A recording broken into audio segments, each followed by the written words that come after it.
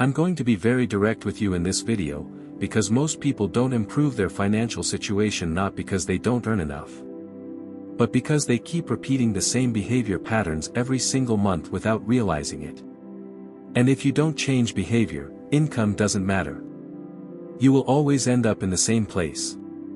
Most people get paid, feel a temporary sense of relief, and immediately switch into spending mode. Not necessarily on big things. It starts small. A coffee here. $5. A delivery order there.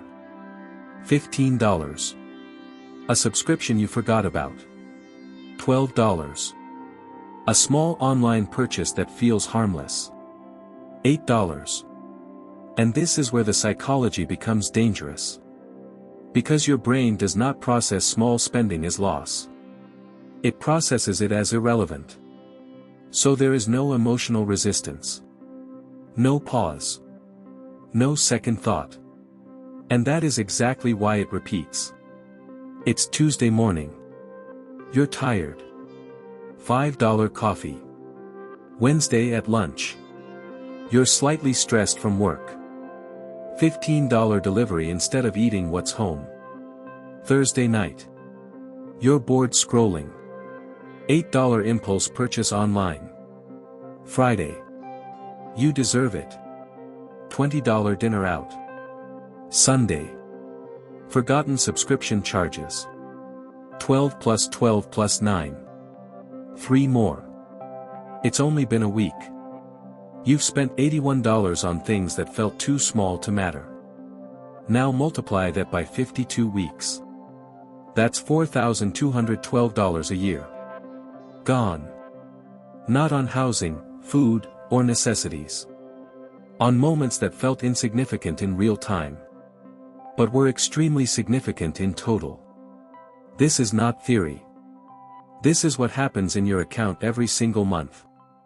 Every time you make a small purchase, your brain gets a reward signal. A tiny dopamine hit. And because the amount is low, there is no internal warning system triggered. No guilt. No concern. Just a small moment of satisfaction. Your brain remembers that. Not logically. Behaviorally.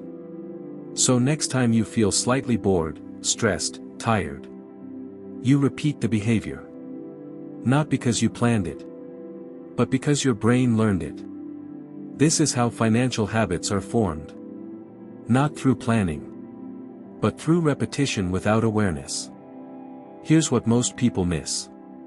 Your financial behavior is emotional, not logical. Money becomes a coping mechanism. A distraction. A form of emotional relief. People like to believe they are rational with money. But they are not. If people were truly rational, they would not buy things they don't need just because they are slightly stressed or bored. But that's exactly what happens. And discipline alone will not fix this. Because you cannot willpower your way out of an emotional pattern. What you need is interruption. A moment to separate feeling from action. That's where everything changes. There are only 2 types of people when it comes to money. The first type reacts to money. Get paid, spend. Feel stress, spend. Feel boredom, spend.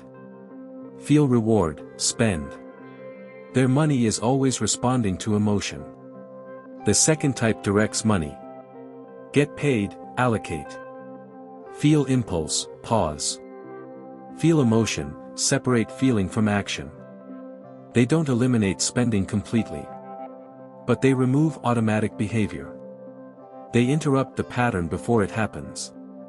And that difference is what builds long-term financial stability. I want to give you a simple mental shift. Instead of asking, can I afford this? Start asking, is this aligned with where I want my money to go?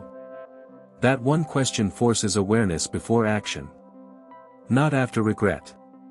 Because once you see your behavior clearly, you cannot unsee it.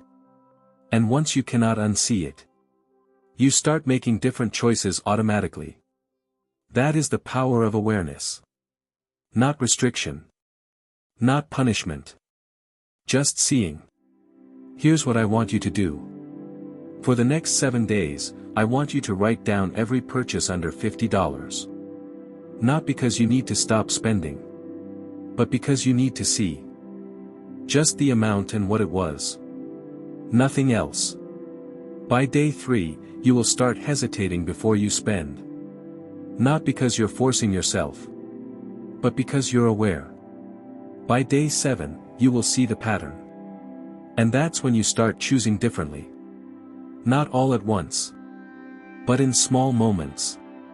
One decision at a time. This is not about earning more money.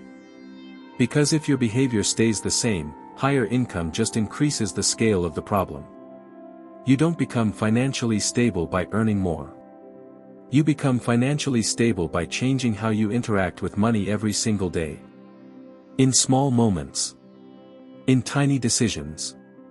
That is where control is built. Not in big financial moves. In the small ones nobody is watching.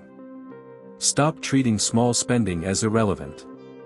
Stop assuming it doesn't matter. Because it does matter. Not individually, but cumulatively. That is where your financial future is decided. Not in one big decision, but in 100 small ones.